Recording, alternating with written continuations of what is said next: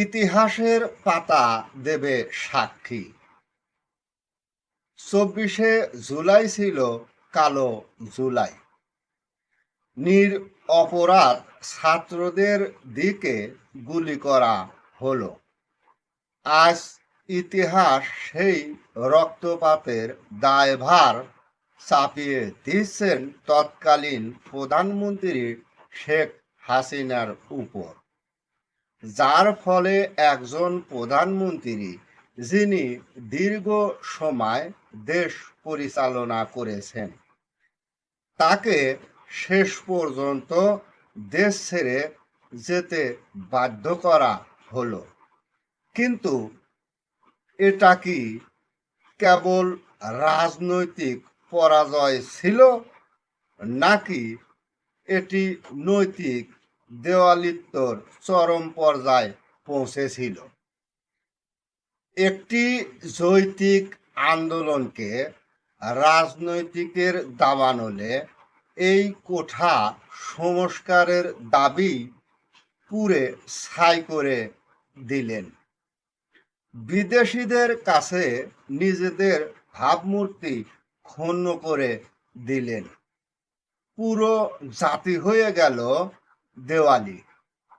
শিক্ষিত ব্যক্তিরা প্রতিহিংসা ছড়াচ্ছেন, জ্ঞানীরা কেউ নিরুপায় হয়ে গেছেন, কেউ প্রতিহিংসার বিষাক্ত জ্ঞান সাধারণ মানুষের মস্তিষ্কে ঢুকিয়ে দিচ্ছেন।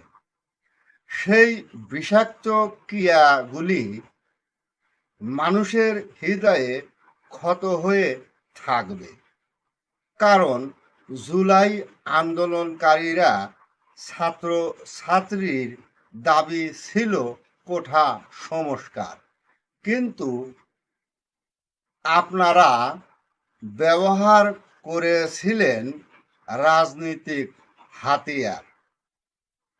সেই কারণে ভবিষ্যৎ প্রজন্ম 24শে জুলাইয়ের ইতিহাসের পাতা খুললেই দেখতে পাবেন, জুলাই ছিল দেশ ধ্বংসের বিস্ফোরণ।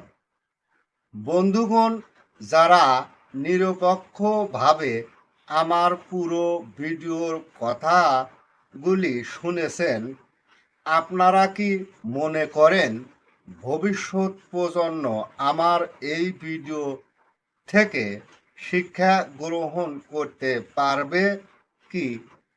আপনাদের মতামত কমেন্ট করে যাবেন।